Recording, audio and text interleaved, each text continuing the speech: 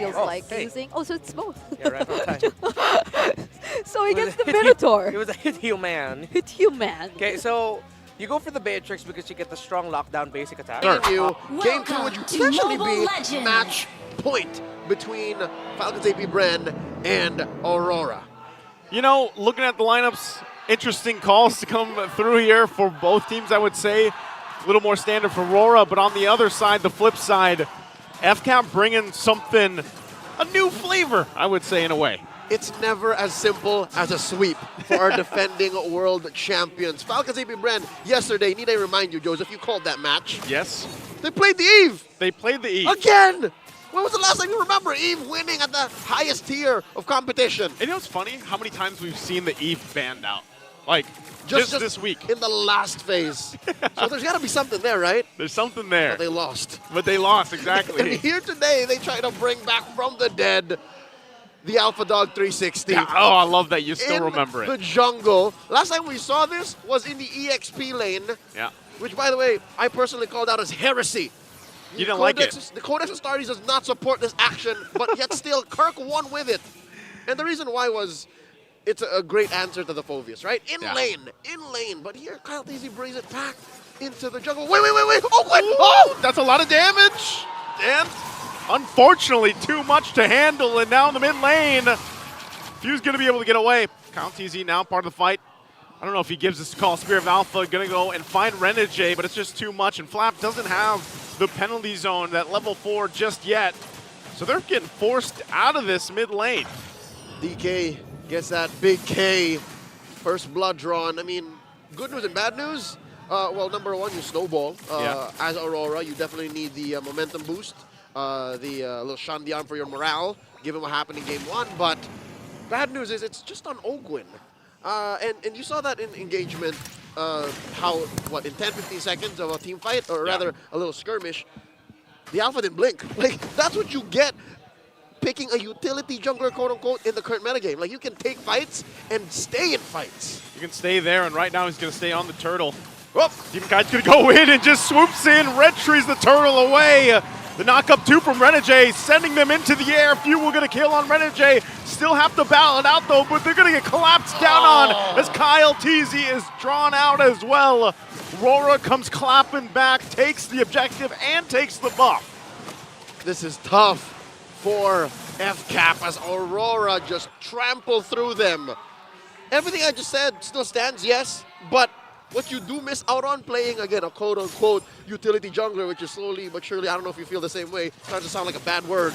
Yeah, it's... You miss out on the damage, you miss out on the burst! It's changed a bit, you know, and I guess part of me, as someone who... Alpha's my second most played hero. Besides Gord. I want to see what Kyle TZ builds. Look at the damage coming out from Domang. Gonna force out the flicker. But just like we saw this in game 1, man. Like, Domang did this constantly against Super Marco. He actually did a fantastic job in the lane, but then fell behind what Super Marco did throughout the team fights. And so right now, Domang could be an answer later on, even to further the dominance that Aurora has found to 3.5 minutes in. Yeah, basically what you could call an insurance policy. Yeah. You know, that little... Wait. Oh, shadow kill on Few! Few takes a couple shots, one hit! And Demon Kite will come up to clean up. 3-0-1 now on this Hayabusa. Talk about a snowball. Usually Julians are elusive, but when you have a Hayabusa that just tracks you, that claps onto you with no other targets around, and he presses the shadow kill, there's nowhere else to go. You see what I'm seeing here, Leo? What do you Edward, see? first item. Locked in the Thunderbelt. He went with it! Oh! Okay, Ogwood has the shield. Circling going to be used. Should be able to escape, and he does, but look at that. If they're just around a little bit longer, a second or two longer, it's almost a sure kill for Aurora. Yep. They're playing with inevitability. I still don't see the clear winning image for Falcons APBREN, given that all turtles over to Aurora, majority of the kills, and even map control. Look, FCAP are struggling to keep their own orange side of the jungle. Another shadow kill! Demon Kite going to get caught, this time with the Spear of Alpha. Quad Shadow's on out of there. And this is the dominance we've been talking about from Aurora. They're so far into the jungle of FCAP right now. There doesn't seem to be an answer, at least currently at this point in the game, for FCAP other than to catch up. Oh, 1v1 kill! Abun Jingjin. The country, MPL Philippines, now sent for sure once more. Says it's go time. Again, a quick recap. Almost 3,000 gold now between these two teams. And we're approaching that final turtle, spawning in the lower quarter of the map, about 20 seconds before. And this is the best thing that FCAP can do, Joseph. Just clump up. Just clump up like this, but look at Renegade. Gonna jump in, find the 3 members with a knock-up, and no Fury Flap trying to get out defensively with the penalty zone, but Kyle TZ already gonna be punished, and now Domeng comes in with a blazing duet and will pick up Super Marco as well. 3 fall for FCAP, and Rora further dominating the game. That was a 4v3. That Flap. Aurora won. He's gone, he's gone. Oh, There's no way. A wipeout! I'm not sure what Flap was gonna do there, but yeah, Rora just cleans things up, and now the turtle here, 3rd one of the game, gonna go to them as well. Aurora cleaning up. They're making up for lost Oh, time. wow. Especially what happened after game 1. There's a secure. They want to fight, but at this point, I don't know, is he gonna escape? Woo! He does, just with 1 HP. And now still battling it out here. Kyle TZ gets out wings by wings, but man, it's looking a lot more like a dire situation for FCAP at this point in the game. All right, there's about, what is this, 2,000 gold between Demon Kite and Kyle. And, yep, that's a Winter Crown. He's building a Winter Crown. Yeah, this is tough. Shadow kill again. Demon Kite, complete control. Not only is he 2,000. Oh! Demon Kite, not only is he massively snowballed, but he's also, what, 3 levels ahead of Kyle TZ right now. Wow, the situational awareness. Demon Kite had eyes behind his back, taking that last shadow, giving Ogren a little love tap, and now Aurora continue to devastate FCAP side of the map. I've lost track of how many turns they're taking at what rate too, Joseph. Like, they can walk through every avenue, every lane, and just go. The crazy part about this, man, too, is I thought game 1, FCAP was so dominant. You know, they had at one point they had like 12,000, 13,000 gold lead. Right now, Rora is actually doing it faster, I would say, at this point, and just with much more control over the map here. Oh, yeah. There was some fight. There was a semblance of competition in game 1. Right here, right now. It's just Rora. It's all Rora. It's all of them right now, and Lord coming up in 30. You can see Fuse just going to stay up top side. Well, again, Shadow Kill going to be used. That's enough damage to go through. Get out of the base as well. Demon Kite showcasing the Hayabusa tonight in game 2. Wow. Demon Kite, former MPL and MSC champion, reminding us why he should be in the running for top Hayabusa in Season 14. Andoryu, sure. Kyle, okay.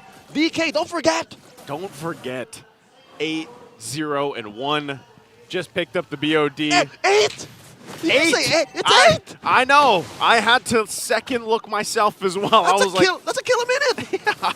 And right now it's Lord too.